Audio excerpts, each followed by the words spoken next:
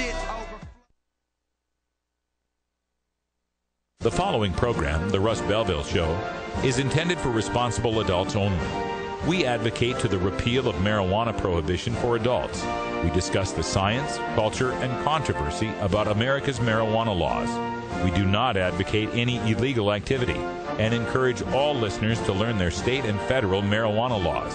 Opinions and claims made by guests and advertisers on The Russ Belville Show are their own, and The Russ Belville Show cannot be held legally responsible for their validity or reliability. Viewer discretion is advised.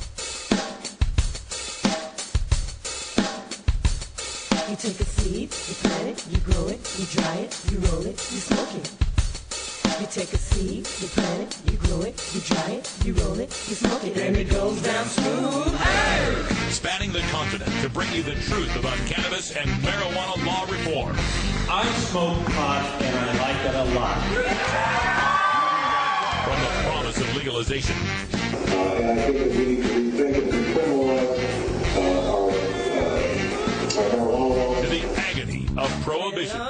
One major responsibility is to encourage people to use less drugs. The Russ Belville Show, the voice of the marijuana nation. Brought to you by the National Cannabis Coalition.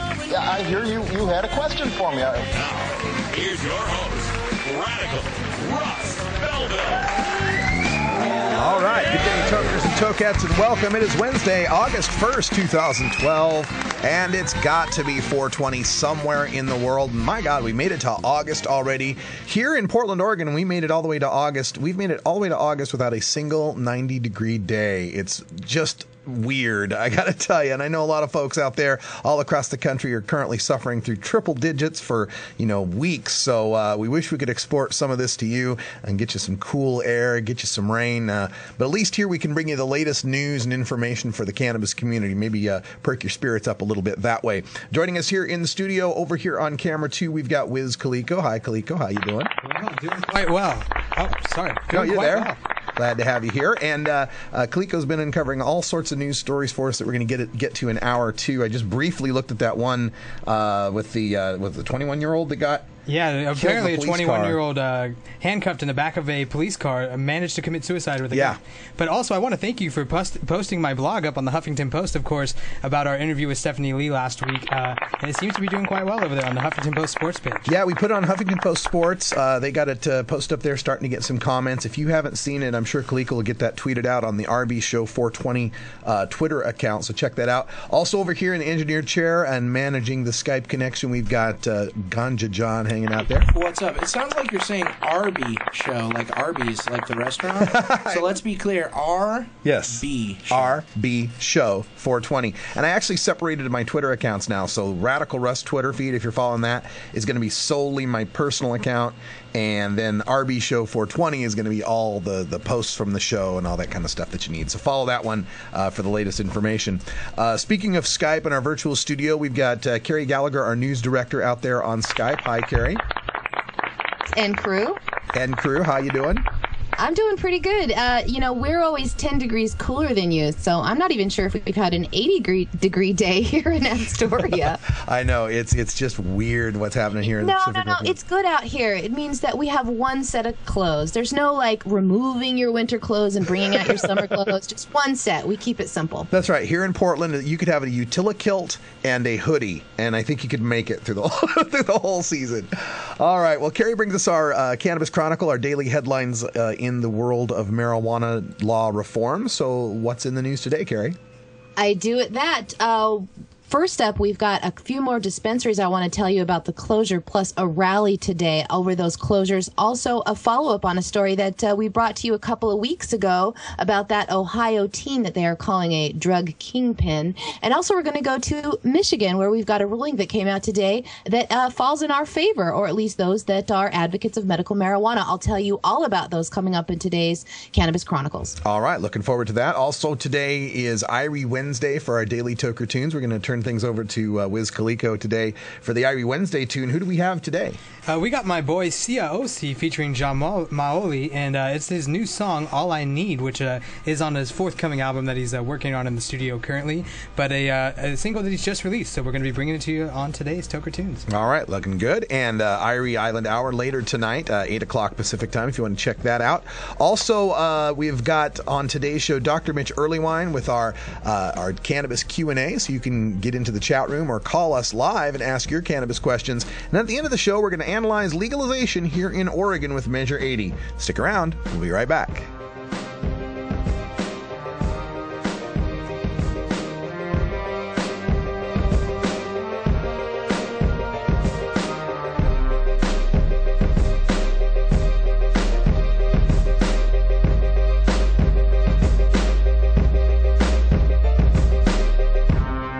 You're tuned into the Russ Belville Show, the voice of the marijuana nation.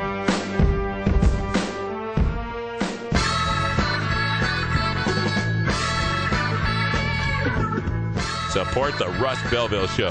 Text the word Russ to 420-420 and connect with the National Cannabis Coalition. You can also send $10 to the Russ Belville Show right from your smartphone. That's Russ to 420-420.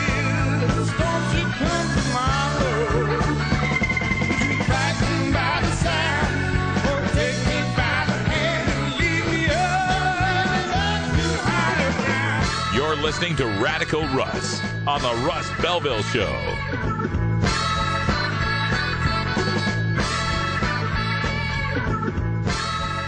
I have a package here for Radical Rick. Is there a Radical Rick here?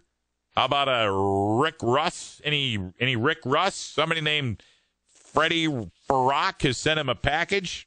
Anybody? What is that? Smells like a skunk. Marijuana's not going to re-legalize itself. You've got to do your part. Join the National Cannabis Coalition today at nationalcannabiscoalition.com. Medical marijuana, industrial hemp, ganja sacrament, consumer cannabis. The topic of marijuana is heating up the news, and the Russ Belville Show catches you up with today's latest headlines.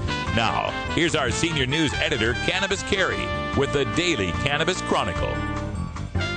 San Francisco has had less problems with their dispensaries in Los Angeles, but this last year has been especially hard on the dispensary industry in the Bay Area. First, we had the raid on Richard Lee's famed Oaksterdam, and then we had the largest dispensary in the state, Harborside Health Clinic, firmly in the crosshairs of those U.S. attorneys. Now, two more prominent and well-known medical marijuana dispensaries in San Francisco closed their doors today in the continuing crackdown. Both HopeNet and the very popular Vapor Room announced that they were shutting down in response to a threatening letter to their landlords by the attorneys acting as federal agents. The Vapor Room has been a very popular dispensary and social lounge since they opened their doors back in 2004. Catherine Smith, who along with her husband founded HopeNet back in 1998, has spent much of her time at the 9th Street store, where she has been since 2003. Her business was often pointed out by medical marijuana advocates as an example of a legitimate medical marijuana business working within the city laws. Smith worked along with city officials and also served on San Francisco's medical marijuana task force.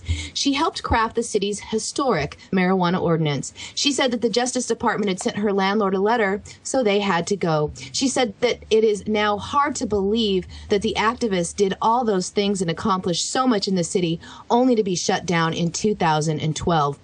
Smith said that while they may try to hang on to their delivery services, she's not too optimistic about finding another location. Her initial search proved to her that the word is out about the Justice Department hassling landlords now. She said that the real estate people will no longer deal with marijuana businesses. She watched yesterday as customers she has known for more than a decade hugged and said goodbye to each other. It's estimated that the Justice Department has sent out over 600 threatening letters to landlords who rent space to medical marijuana businesses all over California since since November. In response to the immediate closure of 2 more of the famed and city-licensed San Francisco marijuana clubs, today at 4 p.m. in about an hour, advocates are planning a mock funeral procession along with a somber marching band and coffins bearing the names of the most recent closures. They are meeting at the corner of Haight and Steiner and will march to the Federal Building for a press conference that begins at 5 p.m. They are asking participants to wear black. Yeah, we've got some people in our chat room that have been talking about this as well, that they're just catching the headlines right now, and then they're going to head out there to the Haight Street the location for this march. Again, Carrie, can you give us the location again? It's Haight and Steiner, but if you miss where they pick up, you can catch them at the Federal Court Building. They're planning on meeting there at 5, so you can catch them either way. If you want to be in the march or you want to just be there for the press conference, they would welcome any numbers. Fantastic. And we hope we have some folks out there that might take some photos. If you're headed out there, if you're in our chat room, be a part of the show, be a part of the Voice of the Marijuana Nation. Get some photos there. If you have video capability, get that. And send me an email, Russ at ncr420.com, and we'll be glad to put that up on tomorrow's show for reporting on how well that funeral procession and that press conference went. But once again, here we have Melinda Hogg, the precognitive, who's able to detect crime before it happens. Once again, these kind of threats going out to landlords of all people, people that aren't even involved in the sales of marijuana. And this is a tactic that has been developed by the Justice Department because they've recognized that the people who are involved in the marijuana businesses, the dispensary owners themselves, are crusaders, and they're willing to be martyrs. They're willing to go down and fight for this. They realize that this is the will of the people, something that's been supported by supermajorities now for years. They're willing to fight for this. But the landlords, the landlord just really wants to rent his property. He doesn't want to have a whole lot of problems with his tenants. He just wants to see that check coming in. They went for the weak spot, and it appears to be working because none of these landlords really want to go to bat for medical marijuana. That's not their gig. They just want to get their little paycheck. So it seems to me that the only people who are going to have the ability to try to put together a dispensary are people that own their own property, own their own buildings. And even then, they're going to get the threatening letters and get the seizures, and all of their life's work is going to go for naught because the federal government can't get its mind around owning up to the fact they've been lying about the medical properties of cannabis for 75 years now. It's time for this to end. No more lives need to be ruined over this. No more businesses need to be ruined over this. We've got to make this change happen. The city of Wyoming, Michigan, had passed a city ordinance by unanimous vote back in 2010 to keep medical marijuana out of their town of about 75,000 residents. Wyoming, Michigan, along with a dozen other townships in the state, had passed flat-out bans since 2008. The 2008 medical marijuana law was passed by 63% of the voters. After much pressure over the issue, the city council members said last year that they plan to uphold that ordinance and take it to the Supreme Court if necessary, saying that they would only trust safe distribution of medical marijuana to pharmacists, not by a licensed marijuana caregiver as the state law allows. The ordinance that they passed is so strict about where you can distribute medical marijuana that it turns out nowhere in the city qualifies as an appropriate place. John Terbeek, a lawyer and a Michigan medical marijuana card holder, filed a lawsuit over the ordinance, saying that the ordinance went directly against the will of the voters who approved medical marijuana. A Kent County Circuit Judge, Dennis Lieber, signed with the city earlier this year. Terbeek pushed on. This morning, that decision was voided by the Michigan Court of Appeals as they reversed Judge Lieber's decision. Terbeek says that Judge Lieber was acting more like a prosecutor enforcing the city's ordinance that it was actually only a hidden ban, not an actual ordinance. The 3-panel judges ruled unanimously that the city's ordinance does in fact conflict with the state's voter-approved Medical Marijuana Act. The court also firmly rejected the city's argument that the state law conflicts with the federal ban on marijuana. In their ruling, they point out that, quote, the federal drug law provisions do not preempt the Michigan Medical Marijuana Act's grant of immunity as found, because it is well established that Congress cannot require the states to enforce federal law. The court also wrote, thus, while Congress can criminalize all uses of medical marijuana, it cannot require the states to do the same. Accordingly, Michigan is not required to criminalize all uses of medical marijuana and the immunity afforded to the medical use of marijuana by state law. Now, we will be waiting to see if the city holds good on their promise to pursue this to the top court in the land. I'm glad that's a part of the story, though. This is something that gets brought up many times by, your local county sheriff or some state bureaucrat that doesn't like medical marijuana. But it's illegal federally. It's against federal law. Well, yeah, go call a federal cop. See, we have this thing in America, these different jurisdictions. You have to have standing to be able, it has to be something that's within your purview to be able to deal with. And it is not up to the states to enforce federal law. It can be said so many different ways, but that's basically what it comes down to. When it comes down to sheriffs, when it comes down to judges at the state, at the county, at the city level, their job is to deal with state, county, and city ordinances, not federal laws. But it really gets into their mindset, though. When you see them revert to that, but it's illegal federally, but it's against the law. When they revert back to that, this is the last refuge of these people that can't come up with a legitimate defense for why they want to put people in cages for their use of a plant, especially the sick and disabled people that are just trying to alleviate some sort of illness or disability through the use of cannabis. They have to just retreat to the drugs are bad argument that the federal government said so. Mommy and daddy, Uncle Sam said so. That's why it's so bad.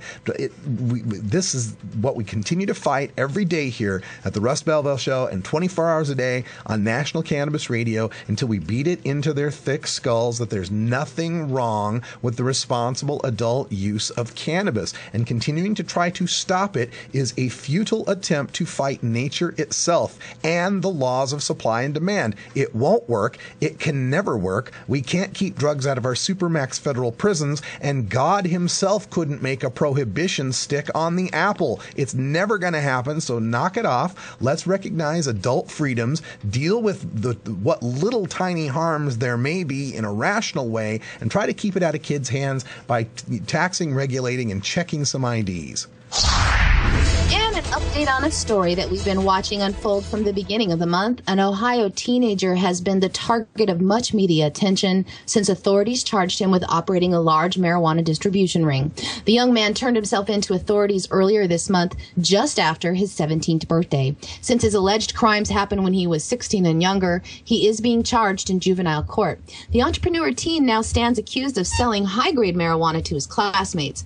Authorities estimate he sold about $20,000 worth of marijuana a month. His prices were in the $350 450 an ounce range. The teen had orchestrated 3 grow houses where police found over 600 marijuana plants. Now, at the time of his arrest, the teen had more than $6,000 of cash stashed in his bedroom. Yesterday, he made his first appearance in a juvenile court to face charges. We still do not know the young man's name due to his age. Judge Mike Powell warned him that the charges he was facing could land him in jail until he turns 21 years old, telling him that before he gave his guilty or innocent plea, that as he was sitting there, the state presumed that he was innocent and that it was up to the state to prove his guilt if he said he was innocent, and that if he admitted he was guilty, he was giving up all the rights that come with the trial. But the teen, described by reporters aloud in the courtroom as soft-spoken and very respectful, said that he did admit his guilt of the crimes of felony possession of marijuana and cultivation and trafficking. Now, that was an unexpected move from the defendant. Most court watchers were expecting a trial for the teen. Michael O'Neill, the teen's attorney, declined to say why the teen admitted his guilt today and declined to answer any further questions. The young man is now ordered to remain under house arrest until his sentencing next Monday. He's also being subjected to random drug test. 7 adults are also being charged connected to the 3 grow houses that were raided. Today, the prosecution also pointed out that the teen had 6 other teens that sold marijuana underneath him. But because of their age, we do not know if they are being prosecuted in connection to this case. The Warren County Drug Task Force says that the teen was a significant source of the marijuana in 2 separate affluent Cincinnati area high schools.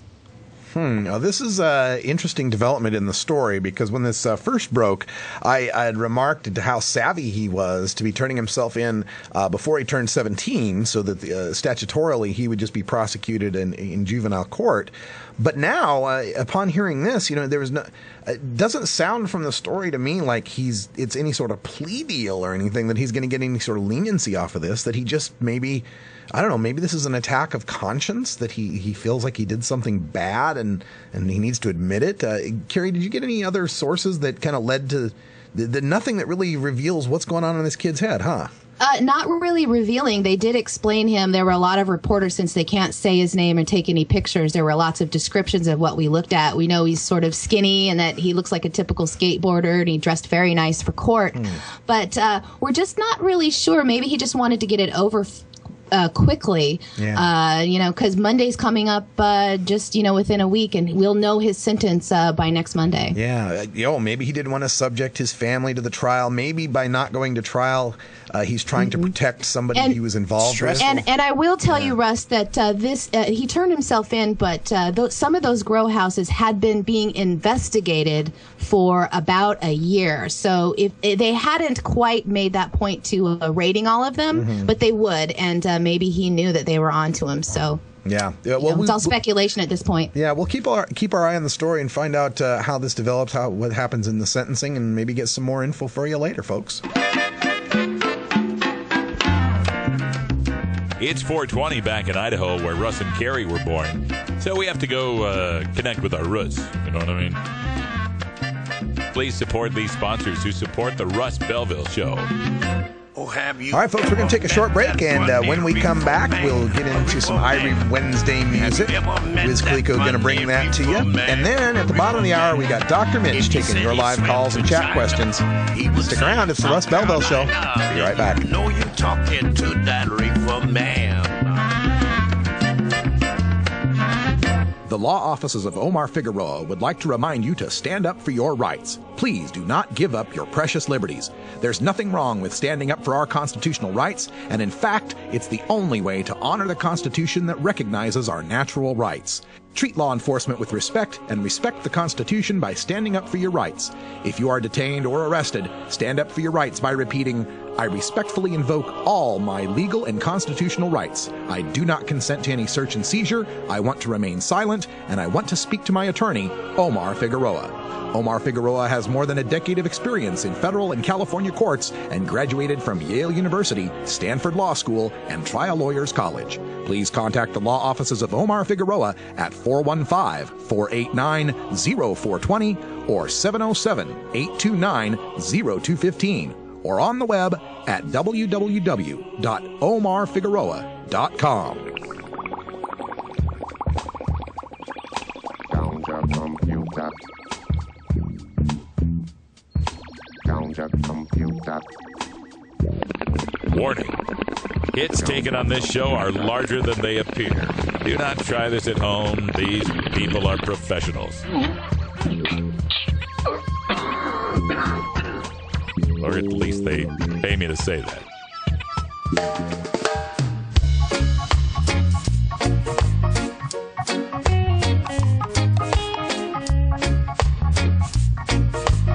Everyone knows music and marijuana go together, so let's wind up our 20 after break with the Russ Belville Show's Daily Toker Tunes, the best in pod-safe 420 music from around the web. Today is Irie Wednesday, featuring reggae, ska, and other world music genres. You can get downloads and more information about all our Daily Toker Tunes by visiting music.radicalruss.com. Now, sit back and enjoy your Daily Toker Tune. All right, for Irie Wednesday today, I'm going to turn things over to Wiz Calico because the music today involves Hawaiian words and reggae words, and I'm sure to mispronounce them. So take it away, Calico. Well, aloha, everybody. Today's song that we're going to bring to you is by Sia Osi, given name George Kakala Taulani, who is Samoan, but he was born and raised in Hawaii, as well as spent a lot of time in California. And he said that basically Sia Osi was always singing as a kid. His parents required him and his siblings to do something musical in order to do sports or any other extracurricular activity. With this requirement, Sia found himself in music programs throughout junior high and high school. And with his father being a punake, which is meaning composer for the church, it was obvious that music was and still is a meaningful priority in his family. Sia vocal talent was given, but his dabbling in many different instruments, including the drums, piano, bass, and guitar, was something he just picked up over the years. With an upbringing that was saturated in music, there was really any wondering why COC was ever chosen to be a music artist. And I don't think so. This guy's just absolutely amazing. I saw him a few weeks ago when he was in town at the Salem Red Lion Inn, of all places. It was just an amazing show, very intimate setting. Him and Fiji and the Hot Rain Band, got to hang out with all of them. And this was a song that he was playing when we were hanging out after the show. We went down to the little lounge in the bar of the hotel, and we basically stopped the lounge music that was playing, and he put up his little boombox, and this was his new song, and he ended up playing it and giving us a little sneak peek. But if you guys want to download the song, be sure to check him out at ciocmusic.com. This is his song, All I Need, featuring John Maoli, and I hope you guys enjoy it. This is COC. Check him out at ciocmusic.com. Oh. All right, well, we'll be getting that up here in just a second. We got a little miscue. So sorry, I thought you were going to play that off of your laptop. No, yeah, that's why I sent you the link. I messed it up. All right, so we will get to that here in just a moment. Let me get some other music up while we wait for that. We'll edit this out. Don't worry. Yeah, sure. This will be just taking special features. Special features. This is the way it happens. This is backstage. Here, take it. This song goes out to Jerry Garcia and Bob Marley. Happy birthday, Jerry.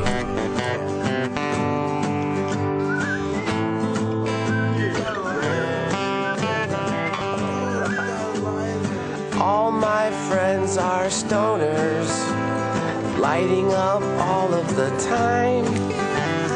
Everybody has a mason jar. Can you guess what I put in mine? We all go to Jamaica once or twice a year to smoke big blunts with the Rasta man and drink ice cold red Stripe beers. All right, guys, so let's try this again. This is COC featuring John Maoli. This is his song, All I Need. You guys should check him out at COCmusic.com. Enjoy. I tell you she's pristine, something like a queen, more of a lady than a majesty, yeah. All that I want, that I believe, she all the woman that I'll ever need. All the woman that I ever need. She all the woman that I'll ever need. She all the woman that I ever need. She all the woman that I'll ever need. Everything about you drives me crazy. Like when you speak, it sounds so amazing. All the little things that you do reminds me of how much I love you. Ooh, I'm so damn proud that you my baby. We have no such thing as maybe. Could it even be possible? You're the most wonderful creation that God made. Something like a queen, more of a lady than a majesty, yeah.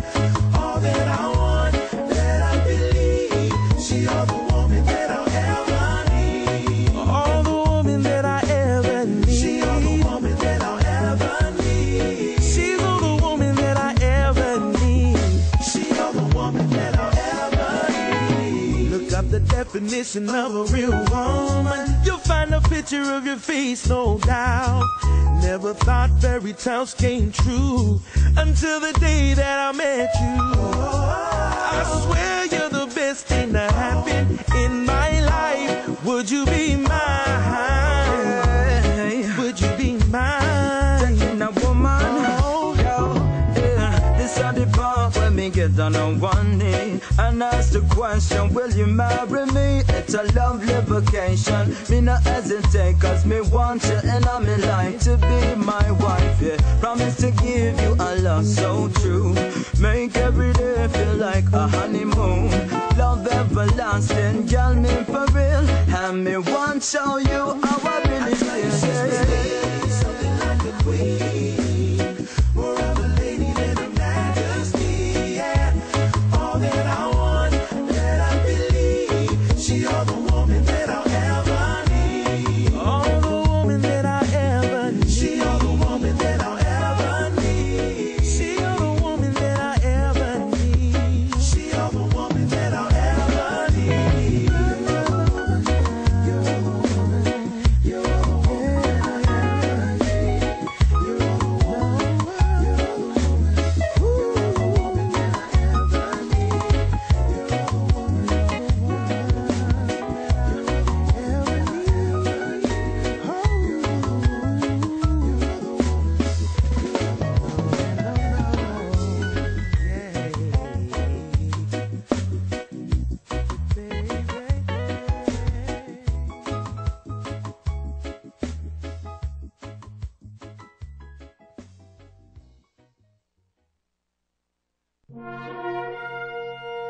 Hi, this is Dan Michaels. If you're looking for professional voice talent for your commercial or podcast, I'm your man.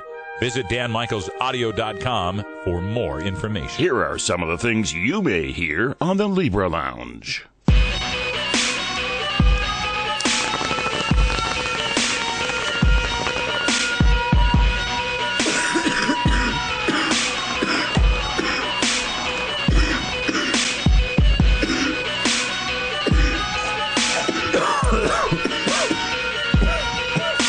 And now the news. Bitches got something to say. If Obama wants to be Roosevelt, he has to end prohibition. You heard it here on the Libra Lounge. To visit here Wednesday nights at 6 Pacific. Or visit thelibralounge.com for archives and links to download current episodes. Be a lounger. The Libra Lounge.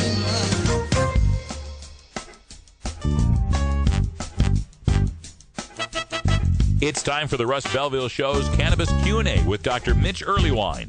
Dr. Earleywine is a professor of psychology at the State University of New York at Albany and a leading author and researcher on cannabinoids and health, who pins the Ask Dr. Mitch column for High Times magazine. Get your questions ready in our live chat or call in to 971-533-7111 now. All right, everybody, welcome back to the show, and we've got Dr. Mitch Earleywine on the line. How you doing, Dr. Mitch?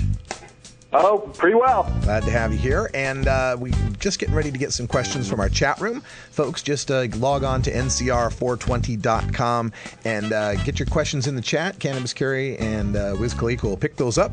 We'll get them in here and ask for you. Or you can just dial in live at 971-533-7111. But we always start off by reporting on the latest in science and polling on marijuana.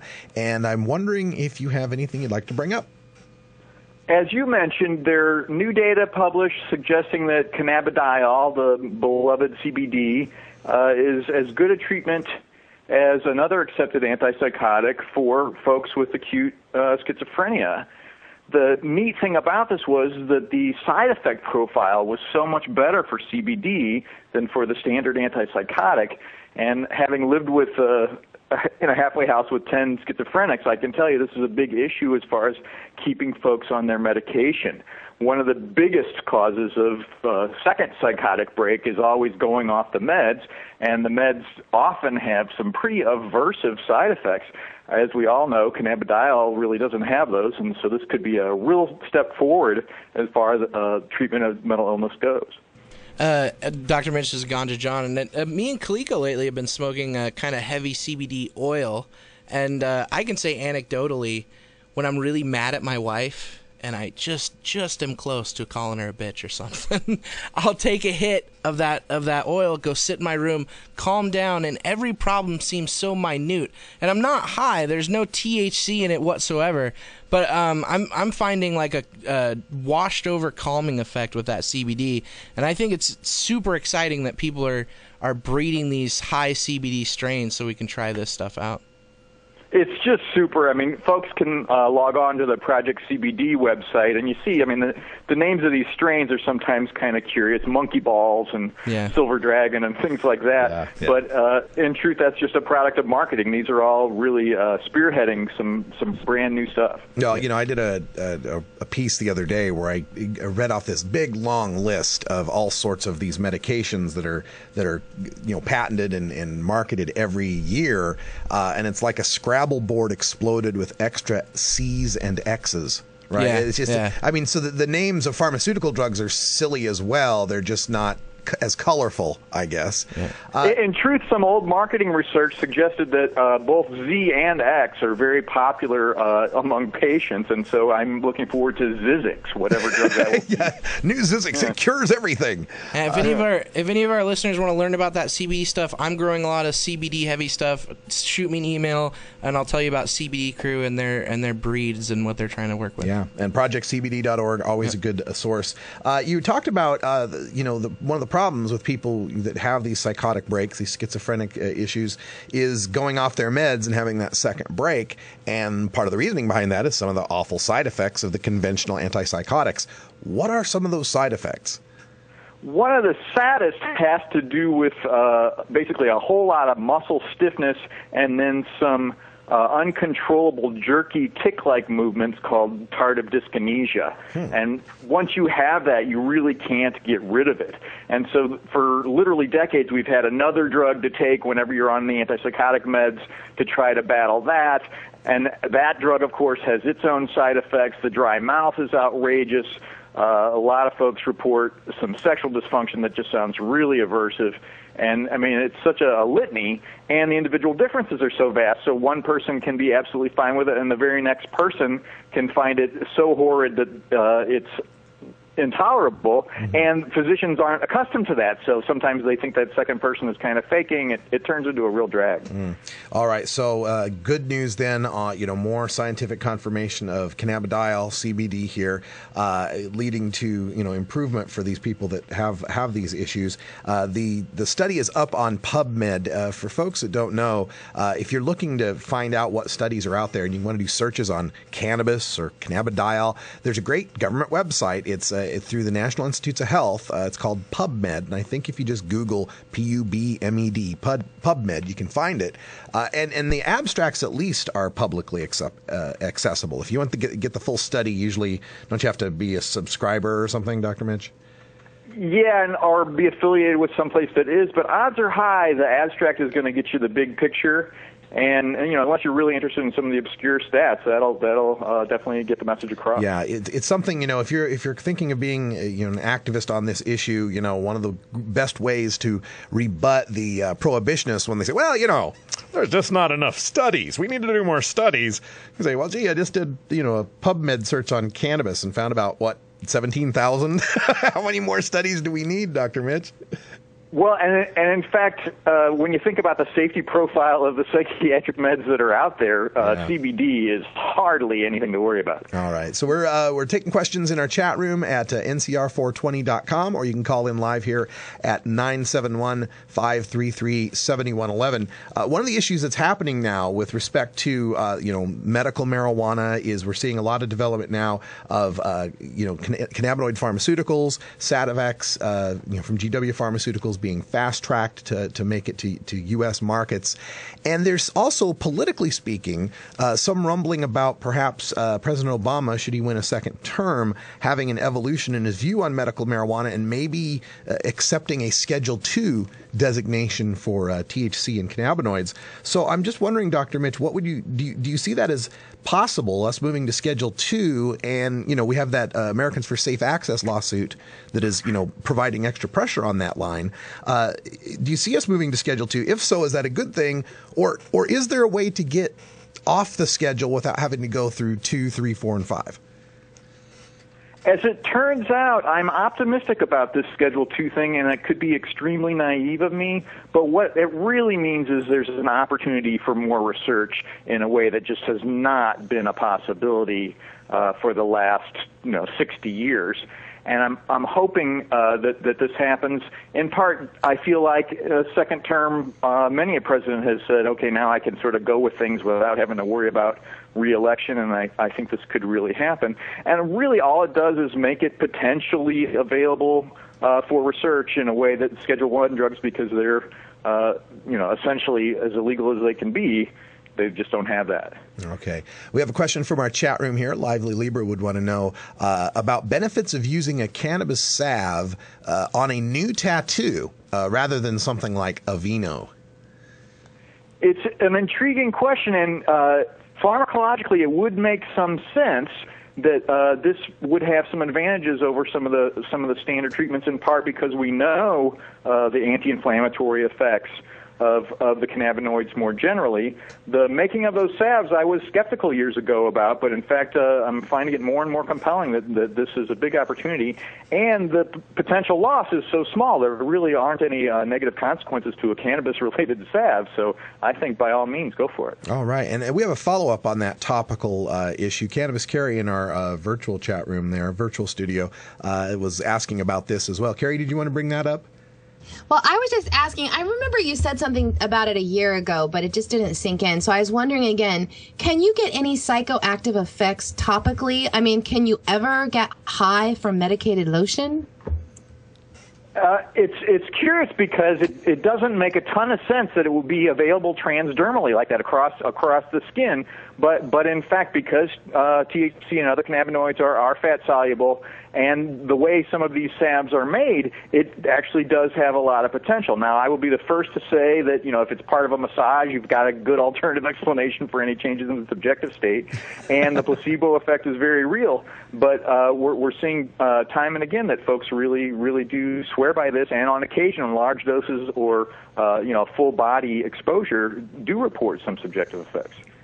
Thanks for that. And sometimes we talk about this stuff, being out here on the West Coast, as if everybody knows what we're talking about. We say a salve, we're talking about like a lotion or a cream or like a balm. If you think of some of the salves I've seen are kind of like, well, I don't want to say tiger balm or anything, but not hot like that, but more of a solid that you kind of have to rub to get onto your skin or whatever. But yeah, just generally a topical application, usually for people swear by it for, like inflamed joints, swollen knees, and arthritic hands. A lot of people out here, a lot of patients out here are beginning to use that. One of the difficulties with that, especially if you're in a state that has a very small possession limit or is still illegal, is that the authorities will weigh the entire amount of the lotion or the salve or whatever it is you make and count that as the entire drug amount, and thus you get a worse penalty. So it's a lot harder to come by. People aren't willing to take that kind of risk in one of the illegal states, and it's just a shame. All right, let me get back to our questions. Looking in the chat room here at ncr420.com, Gothic Prophet wanted to know how can Sativex, etc., be a Schedule II drug when Marinol is a Schedule III drug? In fact, it's completely senseless. That doesn't really register at all. If Marinol's already down to Schedule 3, the less restrictive category, and Sativex essentially contains the same chemical, this is ridiculous.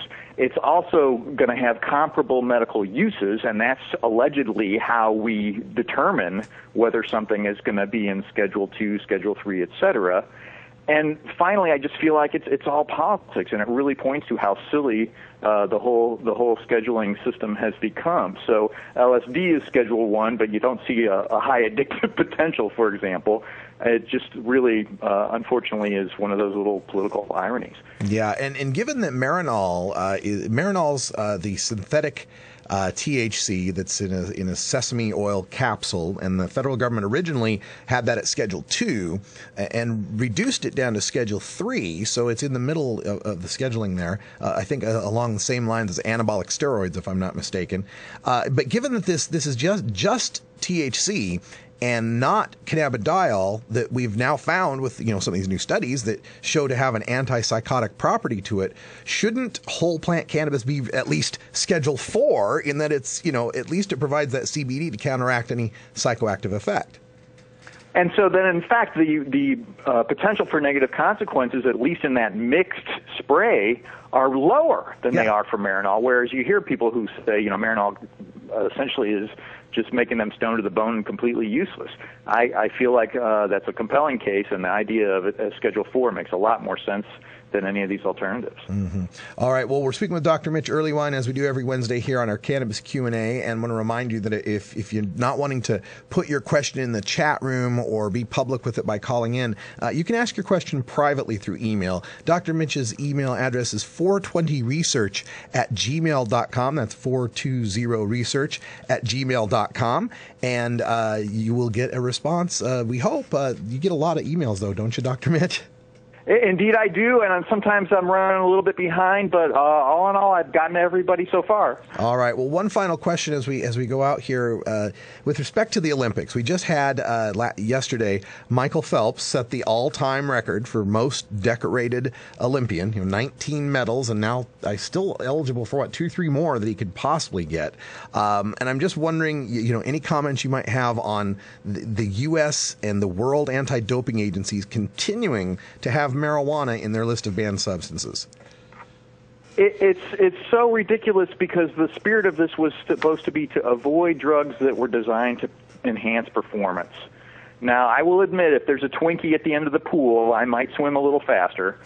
But bottom line is cannabis is not a performance-enhancing drug. This really makes no sense at all. And given what we know about anti-inflammatory effects, analgesic effects, and just general stress reduction, it seems silly to make, in a sense, our elite athletes have their hands tied with the availability of what could be a really helpful medication. All right. Well, Dr. Minch, we appreciate you coming on the show every week here and giving us the facts and the chance for people to ask these questions because, they sometimes might be a little too shy to ask their own personal doctor. Where do you turn? You can always turn here every Wednesday to our Cannabis Q&A with Dr. Mitch Earlywine. Thanks for joining us, and we'll talk to you next week. Looking forward to it. All right, when we come back, we're going to continue our legalization week with a look at legalization here in Oregon, offering the greatest degree of marijuana freedom of any of the 3 states offering a marijuana legalization initiative. Stick around, it's the Russ Belville Show. Be right back.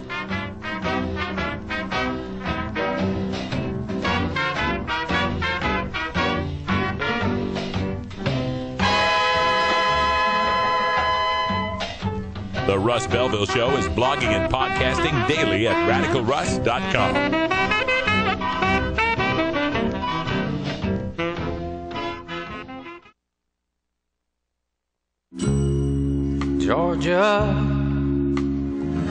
Hi, this is Willie Nelson, and I need your help. Alcohol prohibition didn't work in the 20s, and marijuana prohibition isn't working today. It's time we stop arresting law-abiding citizens because they prefer marijuana over alcohol.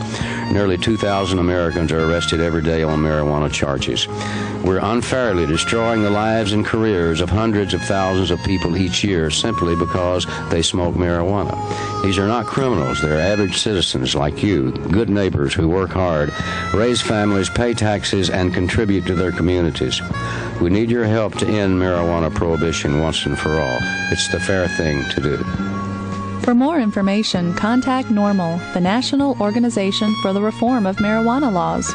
Call toll-free 888-67-NORML or visit their website at norml.org.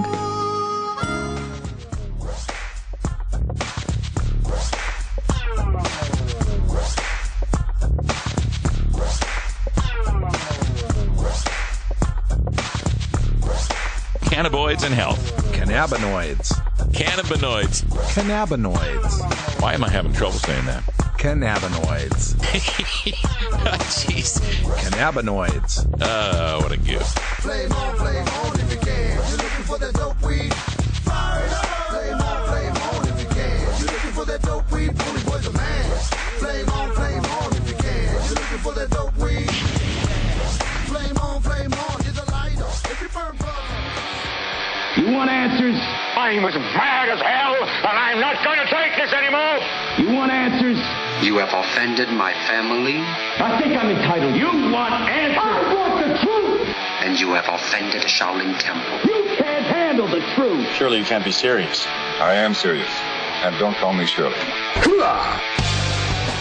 Radical Rant. All right, welcome back, everyone. 49 after the hour. And for today's show, we want to continue our legalization week by taking a look at the 3rd state in our profile of states that are trying to legalize marijuana for adults 21 and over. On Monday, we spoke to Mason Tvert from the Colorado Regulate Marijuana Like Alcohol. RegulateMarijuana.org is the website. Yesterday, we spoke with Allison Holcomb from New Approach Washington and the I-502 initiative. Today, we're going to take a look at the Oregon Cannabis Tax Act. And I encourage everyone to take a look at this as well. You can find their website at cannabistaxact.org or octa2012.org.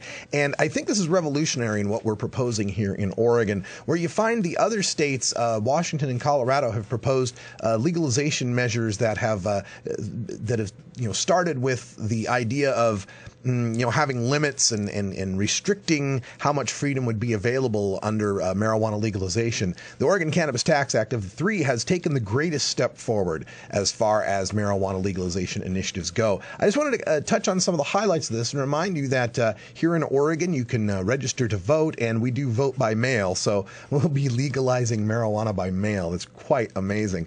Now, the Oregon Cannabis Tax Act begins with a lengthy preamble, and this preamble has many things that by voting for it, the state of Oregon and the people of Oregon are going to declare to be true. And it's just wonderful in here that we have so much in here, so many facts about marijuana and hemp and our American hemp heritage, stuff that we've been telling you here on the Russ Belville Show for day after day, contained in the Oregon Cannabis Tax Act. We start with preambles about the state of Oregon and the people finding that cannabis hemp is an environmentally beneficial crop, and let's see 5 points on the oil capabilities of hemp, the cloth and paper, fiber for paper and textiles, biomass, and also yields the cannabis medicine as well. The second set of preambles have to do with the people find that there's federal and corporate misinformation campaigns that are economically benefiting small groups of people to purposely suppress information about marijuana. And we've pointed this out numerous times that throughout history we have denied our hemp heritage. We've denied things that, like George Washington, Alexander Hamilton, Thomas Jefferson being involved in hemp growing. It's stuff we know as the cannabis community, but the general public out there, has no idea about this stuff. And it'll be good that they are getting to know about this throughout the campaign and finding out some of the truth about marijuana here. They also point out Octa points out in the preambles here about cannabis being Oregon's largest cash crop, and prohibition has failed, and then proceeds in the preamble to list many different things that are not true about marijuana, the disinformation campaigns like the gateway theory, and that cannabis use causes very little impairment of psychomotor functions, or of any long-term use isn't a problem. So by voting for this, the people of Oregon will be recognizing these true facts that cannabis users are less likely to commit violent acts than alcohol users, and cannabis does not constitute a public health problem of any significant basis. There's no basis for treating cannabis any differently than alcohol. So again, we open up with the Cannabis Tax Act providing basically an education to the people of Oregon as they read through the voters' pamphlets and as they listen to the campaigns that are going to go on for the next few months here in the state of Oregon. And then of course there's reference to our 10th Amendment rights. There's reference to the herb-bearing seed quote in Genesis 1:29, showing that our banning of cannabis violates in our Oregon Constitution Article 1 Section 3 and Article 1 Section 33 by denying a natural religious right there. So again, a lot of this has been carefully thought through for a couple decades now of trying to get Octa on the ballot with respect to defending it in court against any sort of attacks that would come toward it. And in part of laying that defense, referencing the Oregon State Constitution in places there where it would seem to support our rights to privacy, our rights to religion, and so forth. Now, when we finally get past the preambles, we get to the actual law, Oregon Cannabis Tax Act, that will be enacted when the people of Oregon pass this.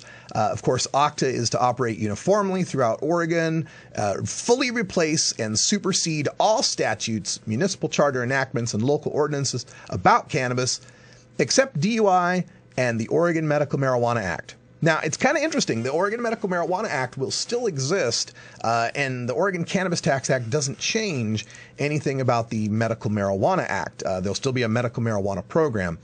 But it's going to be quite interesting to see how that program changes and how the registrations for that will change. I predict that when Octa passes, we're going to see many, many fewer people registering to be medical marijuana patients, many fewer people wanting to put their name on the list. And the reason being is that under the Oregon Medical Marijuana Act, currently a patient is limited to growing 24 plants and 24 ounces. So they can have 1.5 pounds of cultivated marijuana, and they can have 6 mature plants, capable of producing flowers, and 18 immature plants that are less than 12 inches. But under the Oregon Cannabis Tax Act, when Measure 80, as it is known now, passes, the personal use and possession and cultivation of marijuana is completely unlimited. That's right, completely unlimited. In the Oregon Cannabis Tax Act, it does specify that the personal use is not subject to limitation in here. I'm trying to find the exact listing here, but it's on their Cannabis Tax Act website. But basically, as long as you're not involved in commercial production, you're not involved in the buying and selling of marijuana, your personal cultivation will be unlimited. You could have your entire yard planted in cannabis plants, mature plants. You could have, 70 pounds of it in your home. So given that there would be no limit for any adult 21 and over, I don't see why anybody would want to sign on to the Medical Marijuana Act to just be at 24 ounces and 24 plants. Now, there would be one benefit to being a medical marijuana patient. Under the Oregon Cannabis Tax Act, when it passes, the dispensaries, the pharmacies, the stores, the Oregon Cannabis Commission stores that sell marijuana will be selling marijuana to patients at cost. So, in essence, being a medical marijuana patient would give you kind of a coupon. When you go to the state marijuana store, you'd be able to get your marijuana cheaper. So there would be incentive for people that, say, wanted to get their marijuana at a lower cost, being that they're using it for medical purposes, to go ahead and get that card. But for it to be worth their while, it'd have to be worth going and get their medical records, paying whatever they got to pay at a clinic to get the doctor to recommend, and then paying $200 to the state to register their card. So they would have to be buying, I guess, a significant amount of marijuana over the space of a year for that expenditure of $200 plus doctor fees plus everything else to be worth the while. It'll be interesting to see how that shakes out. And this Cannabis Commission is another thing that's been brought up. This is another part of the Oregon Cannabis Tax Act. This is in Section 2, where it says the new state commission will be created called the Oregon Cannabis Commission. It will ensure, it'll regulate the sale of cannabis and cultivation of cannabis for sale, and shall assure the high quality of cannabis grown and processed under the Act. The Cannabis Commission shall consist of 7 commissioners. Initially, the 7 will be appointed by the governor for a term of 1 year. And then after they've put together the rules and the systems and the licensing, from that point thereafter, every year thereafter, 5 commissioners are going to be elected at large by the growers and the processors who have been licensed. So basically, 5 out of 7 votes will be elected directly from the people who are growing and processing rather than being appointed by the governor. Now, the critics have pointed out that seems like you're asking the industry to regulate itself. They'll be able to self-appoint the people that are part of their oversight. I think it's fine to have people involved with the Cannabis Commission who actually know something about growing cannabis, know something about what the people that are having to be involved with this business have to go through. It's not like your most standard businesses, so I think it's a good thing that we actually have people involved with it that know what they're doing. There's also within the Oregon Cannabis Tax Act no change to the DUI laws in Oregon. The same DUI laws that exist right now will still be in existence when the Oregon Cannabis Tax Act, when Measure 80 passes in November. So we'll have exactly the same enforcement of any sort of worries about people driving stoned, which again, at the beginning of the Oregon Cannabis Tax Act, the people of Oregon, when they vote for it, recognize that marijuana doesn't really impair your psychomotor performance that much anyway and isn't a serious public health risk. So being worried about whether or not there'd be DUIs out there, and especially when the law is going to remain the same, is not something that we really have to give any worry to at this point. Now, this Oregon Cannabis Commission, also the people, the 5 of 7 votes that the growers are going to pick, will set the price and sell through Cannabis Commission stores, which will be kind of like liquor stores and a much better way of running our cannabis sales. We'll have ID checks for youngsters. We'll have 21 and over only can get in the stores. And to my understanding, these Oregon Cannabis Commission stores, they'll set the price. This is in the Oregon Cannabis Tax Act. They'll set the retail price of cannabis to generate profits for revenue to be applied for the purposes listed in OCTA, and to minimize incentives to purchase cannabis elsewhere or to purchase cannabis for resale or removal to other states. So the commission will have to set a rate here that is high enough. The price will have to be high enough to discourage people from wanting to take it across the state line and make great profit from it. So we'll see what that price ends up being. I imagine it's going to have to be less than what, or maybe close to what the prices are right now. But that's some of the information on the Oregon Cannabis Tax Act. You can find more by going to cannabistaxact.org. And we'll continue to bring you coverage of the Oregon Cannabis Tax Act through the weeks and months to come, up until leading to election, so that you have all the details you need to know when voting yes on legalization. For Ganja John and Wiz Khalico and Cannabis Carry, I'm Radical Russ. Thanks for joining us. We'll see you in hour 2 for Toker Talk Radio. And until next time, take care of each other, Tokers.